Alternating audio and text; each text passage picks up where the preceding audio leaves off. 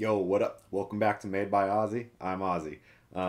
So if you're just tuning into the channel, we are working on turning this DE0CV development kit into a crypto miner and a GPU in a project named Copper. This is Copper. This is a project named Copper. All right, in the last episode, we got the 7-segment displays on this development kit all mapped out and tested out. We used the industry standard test vector of 42069, as you know, professionals will do. Today, what we're going to do is we're going to build ourselves a little Hex Decoder Verilog module. And what that means is we're going to build it so it takes 4 bits in to represent 16 possible hex combinations, 0 through 9 and A through F. And we're going to define just what it should look like on the 7-segment displays. So, you know, what's a B going to look like? What's a C going to look like? So I'll show you guys what I came up with, and then we're going to build that Verilog module. If you haven't been keeping up, then you could always just go catch up right away. You could sync the whole GitHub repo. It's all public. Okay, let's get started. Okay, so we got specific characters that we hard code in by defining all 7 bits, or each individual bit of the 7-segment display working. If we want to get something a little more general working, we can make a hex decoder. And so what a hex decoder, hexadecimal, is just it's 16 symbols. It's 0 through 9 and then A through F to visualize a 4-bit number, because you need 4 bits to make 16, so we just have one symbol for each combination of 4 bits. So if we define what we want the 7-segment display to look like to display each of these 16 symbols, then we could come up with a mask, or a map really, where we could take the 4 bits for this symbol, the 0 through 9 or A through F, and actually come out with the 7 bits we need for the 7-segment display bits. And so we just need to map each one of these symbols here per this definition of what it will look like on the 7-segment display. And that's what all these are here. So now we just need to go make a Verilog module that will take a 4-bit input and then return this 7-bit output, which will feed to one of the displays. Okay, so let's come make a Verilog module to decode that hex. Let's name it module hex decoder, and let's just put a rev a, because I'll probably change it. So for this, we want to make a decision based off of our input, and that's best done if you have if you synchronize it, if you actually use registers and not just wires. So we're going to add the clock, and we're going to add the reset inputs, and then we need 4 bits in. So let's just call it data in, and then we're going to call the display out, because that's what it's going to output. And that, add keyword and module. All right, and let's give it a little comment so we don't remember, or don't forget. Takes 4-bit input data in, returns hexadecimal char bits for 7-segment display out. Okay, let's define our inputs. So input clock and reset, and then we have an input, not a reg, an input for 4 bits, so 3 to 0, data in, and now we're going to have an output reg, and that's going to be 7 bits, so 6 to 0, display out. Okay, let's go ahead and save it and give it a name here in library, and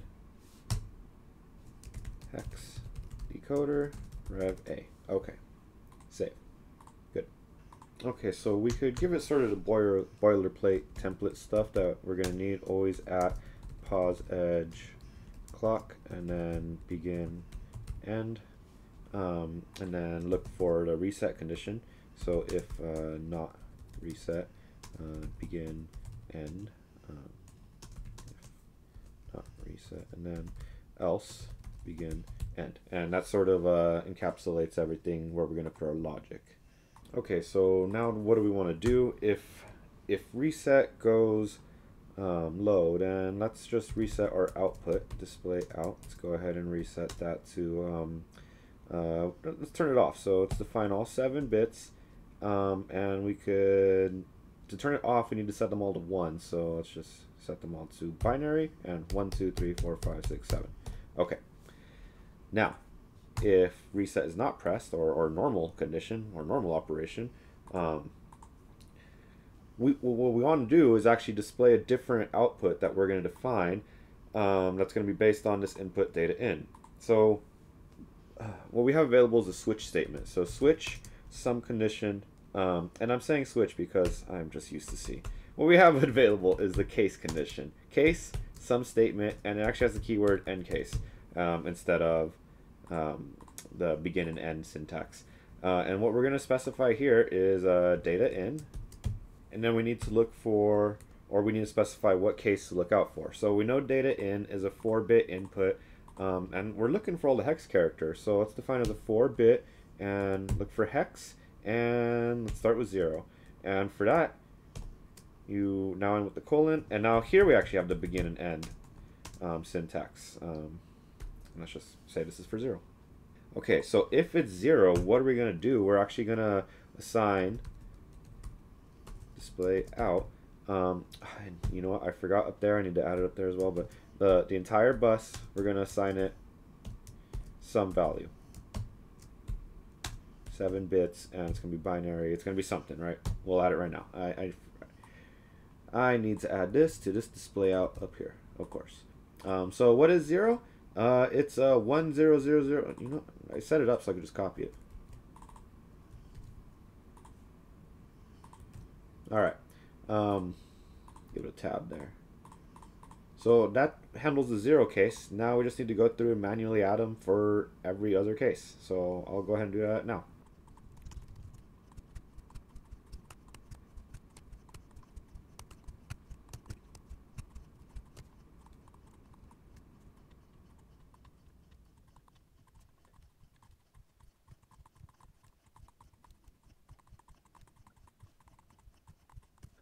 Okay, that should do it. Save, and if I could build a symbol out of it, then we're in a pretty promising spot. It didn't mess anything up. All right, successful. Great. Okay, so let's go try this out. So here in the top level, let's go ahead and add the symbol. And you know, I haven't moved them into the library folder yet after I created the symbols. So here I got both the 7-segment display and this new hex decoder. And I'll fix that later. This is fine. Okay, so now I have that. Let's go ahead and wire up the clock and reset. I'm going to control copy, control paste, steal them from over there. Line them up. Okay. So let's tie this to an output before we worry about the input. And I'm just going to steal this one, the leftmost display from this 7-segment display. Oops. So control X and control V over here. And go ahead and just move this to line up right there. Okay, so what are we going to use for the input to this? We could hardwire in the different 16 symbols, but let's take advantage of this counter we wrote over here. We already know it's going to switch these bits at some slow enough frequency for us to actually see. So what if we just tied the highest 4 bits of this counter to our data in here? Then we should expect to see the numbers, the hexadecimal sequence changing over time on this display out. Hopefully it's not too fast for us to see. Okay, so let's go ahead and draw a wire. It creates a bus. Let's tell it, look at local counter, and it's 16 bits, or 26 bits, so 26 down to 26, 5, 4, 3, down to 23. Okay, let's go ahead and save and compile.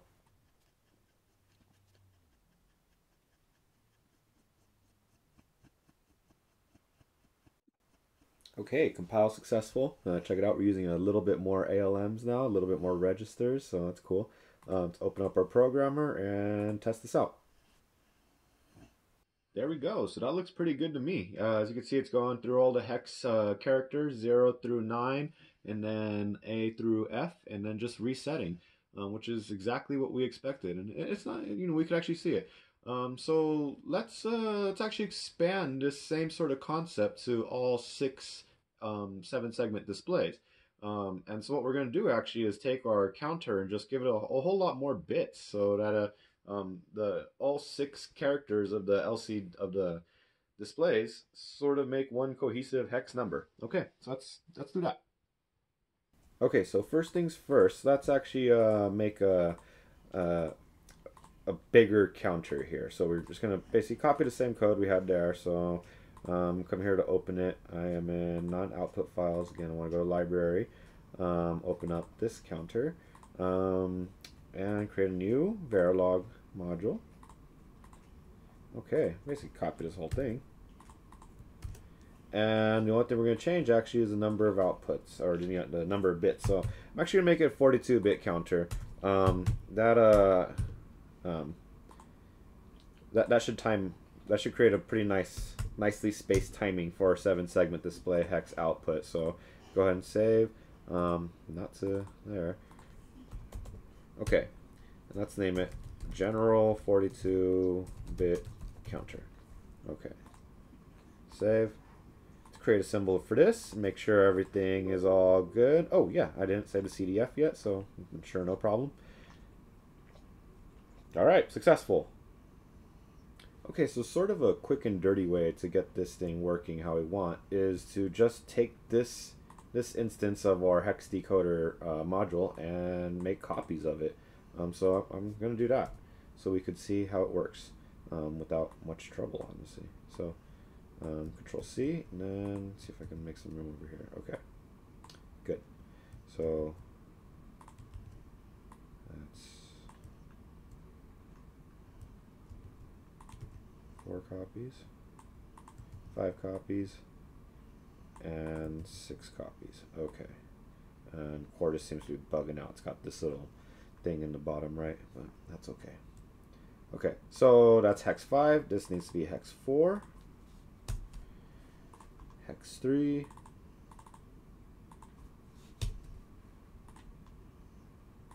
hex 2, hex 1, and hex 0. Okay, and that means I need to delete all of these over here. If I don't delete them, if I'm actually trying to write to the same output from 2 different places, I will get a compile error. And also note, me deleting these outputs from this instance is effectively commenting out this whole instance. The way the compilation process works, if there's ever any signal that doesn't ultimately find its way to an output, it just removes it completely from the design. It's not like this will be leftover unused space on the FPGA. It will be optimized out by the compiler. Okay. So we got those all set up. Now, what's our data going to be? We actually need to add an instance of the clock we just wrote. So let me come here and add it. Okay, I think it's right here. Yeah. Okay. All right, so let's go and steal these clock and reset signals. Control C, Control V, line them up. Okay. Oop, not that. Let's give ourselves another local variable. We named the other one local counter. So local 42-bit counter. And then define the whole width of the bus, 41 all the way to 0. Okay. Now I'm going to copy this because I'm going to use the same name. There we go. Down here. Oh, I could actually just copy this whole bus line. First one goes here. Okay, and those are going to be the topmost bits, but I only need 4 of them, so not all the way to 41 to 0. 1098, so it's 38. Okay. Come down here. And so from 38, I'm going to go down to 37654, all the way to 34. Okay. This one is going to be from 33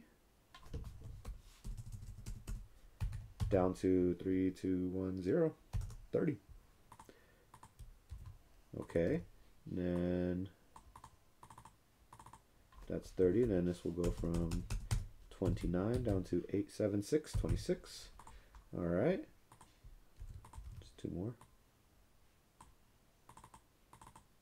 So this will go from 25 down to 22, 5, 4, 3, 2. Yep. And then last one.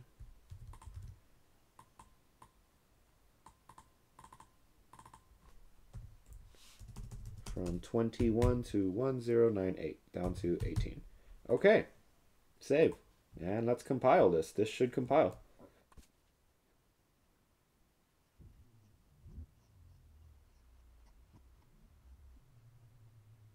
Okay, compilation successful. And look, we've actually about doubled the number of ALMs we're using and a whole lot more registers. So let's test this out in the FPGA. Open up the programmer and hit start.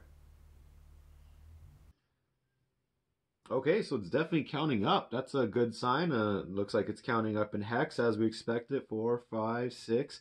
Okay, so when I press reset, both the counter and the hex display are tied to the reset button. The counter is supposed to reset to 0, and the hex display, or the 7-segment display, I should say, should all turn off. So I'm going to press reset. Okay, that's good. All the 7-segment display lights turned off as expected in the reset condition. And when I let go of reset, counter should have been reset to 0. So we should see it start counting from 0 up. And it definitely looks like it did that. So good news. Okay, great. That's another successful build here.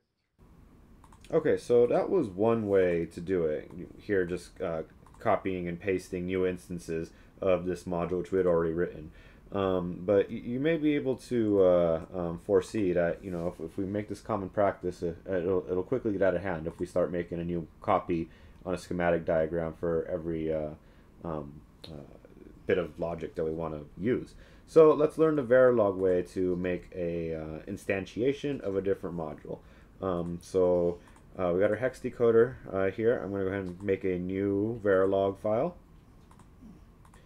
And this is just for cleanliness sake. I'm actually going to copy and paste all of this here and just rename it as Hex Decoder Core. This tells me that it's meant to be instantiated in other Verilog modules. So let's go ahead and Hex Decoder Core. Okay. So now let's make the Verilog module, which is actually going to instantiate all of these. So we're going to name this one module, and this is our second attempt at the hex decoder. So let's go ahead and name it hex decoder rev B, and we're going to have clock and reset again, but our inputs are going to be a little bit different. So if you notice, we need 6 different 4-bit inputs. There is a cleaner way to do this where you could actually feed in 6 times 4 is 24, or you could feed in all 24 bits as one bus and then unpack it in Verilog. But for today, we're going to focus on just learning how to instantiate other Verilog modules. So we're going to find inputs. I'm going to name them hex in 0 through 5 because we have 6 of them. Hex in 4, hex in 5. Okay, and then we need 6 outputs, so I'm just going to name them accordingly. Display 2, display 3, display 4, display 5. Okay, and then down here I want an end module. Okay, so let's initialize our inputs, which are clock and reset. Then let's do the bus inputs, and they're 4 bits wide, so from 3 to 0. And you could put them all on the same line, so I'm going to do that right now. Okay, and now outputs. And notice I'm going to neglect the reg keyword here. And the reason being is we are not going to add any logic that's going to require us to synchronize with the clock in this module. All we're going to do is instantiate this logic where it's being synchronized with the clock. What that means is here in this module, we're not going to have this sort of thing. Pause edge, whatever. We're not going to do this. All we're going to do is create instances of this other one. So if you notice, that's actually what we did here as well. All we did was draw a wire out of the output of this instance. This here is not a register, which is why this is going to be left a wire. That's just a important distinction to take away. It's pretty easy to get tripped up because you see, if you instantiate the module, oh, it's a register. You know, if you're used to like C++, you may think, okay, the data type needs to match, this needs to be register as well, but that's not the case here. Okay, so let's create an instance of this module Hex Decoder core. So you need the exact name of the module, and then we have to give it an instance name. And what that means is, if you notice, on every time I pasted a new instance of this, it created an instance with the name instance 8, instance 9, instance 10, so on and so forth. They all got to be unique names. So we can name it whatever we want. We have basically all the strings available to us. So instance 0. And now is where we define the inputs and outputs. And how you do that is use a dot notation to call the input of your module by name. The name is clock. And then you have to tell it what signal from this upper level module you're going to feed it. And in this case, we're going to feed it the signal clock. They happen to have the same name, but that's not always the case. It's the same issue for reset. The input is named reset, and our signal here is named reset. However, it is different for the next one. This data in, it's looking for that 4-bit input. We're actually going to give it our first input here, hex in, 0. And it's also going to be unique for the output.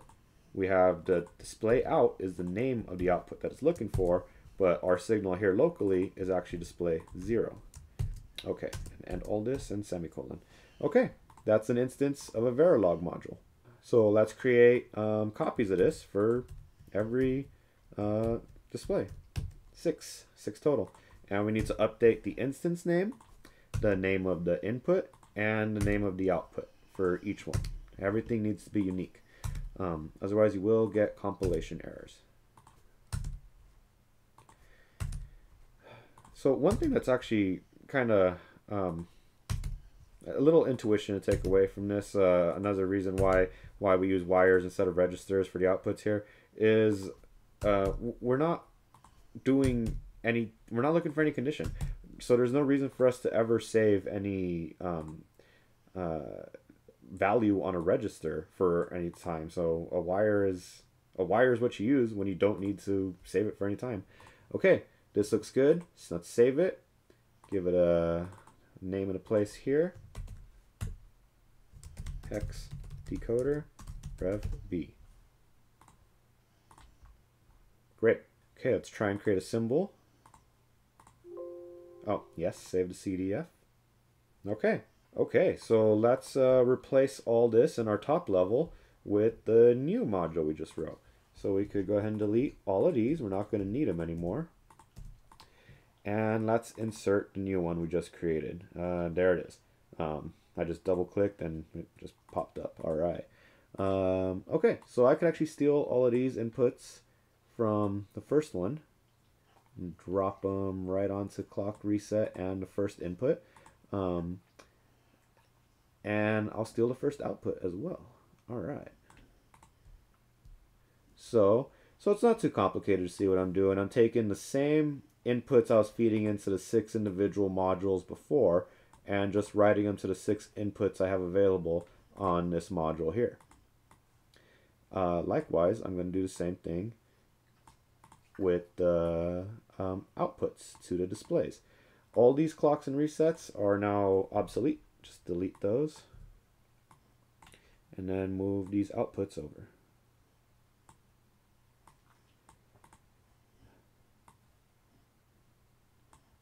Always a pro and con of working with the schematic diagram. It's you know, if you've ever used LabVIEW, there's a trade-off between you know, what's easy to visualize and what's easy to actually physically place if you have fudgy fingers like me.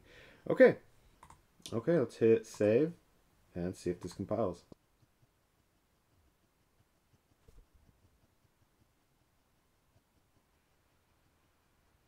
All right, successful. And note, we're actually using the same amount of ALMs and registers and stuff, so it's a equivalent code to what we just had before. Okay, so let's try this out on our board. Okay, and it looks like it's working. Let's test the reset. All right, off. Start at 0. Great, perfect. We're exactly what we expected. Okay, cool. We got some good work done today. We added a Hex Decoder. That's going to be a really valuable tool. We're going to end up using it left and right, honestly. It's just a really easy way to get some immediate feedback from the FPGA dev kit. And honestly, you know, you don't have stuff like printf or standard cout with an FPGA. You got to build your own ways to kind of see what's going on. And so now we have a pretty useful tool there. We also learned how to instantiate other Verilog modules. So, you know, that's cool. Obviously we're going to be doing that a lot. That's the basis of reusing, you know, logic and functions. Copper was here to supervise all the work. He's a good supervisor, so that's how you know it's high quality work. All right. So in the next episode, what we're going to do is we're going to refactor all of the code that we just wrote. So right now we hard coded in 6 different instances of the core hex decoder module. And in order to hard code it in, we had to hard code in 6 different inputs and 6 different outputs. What we're going to do next time is combine those 6 independent I/O buses into one big bus. You know, we're going to have 24 bits in because it's 6 times 4, and we're going to have 7 times 6, 42 bits out to control all of the 7-segment displays. So that means we have to, inside the Verilog, figure out how to treat the individual parts of that, you know, much bigger bus as the smaller bits. And that's going to be really useful. It's another tactic we're going to end up using a lot left and right. It's called packing and unpacking arrays in Verilog. And it's also going to give us an opportunity to learn how to use for loops in Verilog. That's a really tough concept to wrap your head around if you're just getting into parallel programming, like on FPGAs with Verilog, and you're used to a for loop in something like C++ or Python, and they're not the same thing.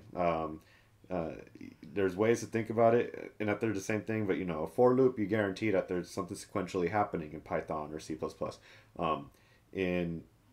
In an FPGA Verilog module, a for loop is just a convenient way of hard coding more things. And, you know, we'll see the difference. But if you like this sort of content, if it's helping you out, then, you know, you can help out the channel. Just hit that like down there and go ahead and hit subscribe. That way, you know, keep up to date with the videos as they're coming out, because I'm trying to pump these out at a pretty good pace. You know, if I could hit more in one a week, that'd be great. I really want to get us to a point where we could actually start using this thing to do something cool and useful. And I'm not gonna lie, honestly, I'm getting more and more excited about the things I get to talk about on this channel. I'm a huge math nerd, so I can't wait to start talking about some serious mathematics on here. You know, Fourier transforms. There's different ways of calculating the trig functions. You know, there's one thing I want to show you guys, the fastest possible sorting algorithm. It's called bitonic sort, and you can implement a true parallel version of it on FPGA. I can't wait to get into this stuff. So hit like, hit subscribe so you can keep up to date. I hope I see you guys next time. All right. Hey, and let me end with a reminder of madebyozzy.com. I've been adding some things to it if you want to get a little ahead of ourselves. Some things that I'm going to be leading into with the videos here. For example, in the next couple videos, after we refactor the hex code, I want to get into creating an RS-232 channel to start communicating to our FPGA from, you know, some Python or some C++ or something. And actually, I wrote all this stuff on this other website a while back, and I was sort of doing a blog thing instead of before I started doing this YouTube thing, and I think the YouTube thing is going to work out better. But I had a bunch of content, so, you know, the basics of RS-232 and sort of why I think this is a reasonable option for what we're trying to do here. And then some other things on crypto mining, sort of like what the overall system is going to look like. You know, we're going to write some software that's going to talk to a mining pool, and we're going to write the hashing hardware on the FPGA. This is sort of an overview of what the software on the PC will do, and this is sort of an overview of what the Verilog modules are going to end up doing on the FPGA. You know, some information, some real detailed information on crypto mining, like what data you get, there's a lot to go over, and you know, we're going to be heading into all this stuff. But if you want to get ahead of the videos here, there's a whole lot of stuff you can find on madebyozzy, including, you know, if you want to help me out, my crypto receive addresses. All right.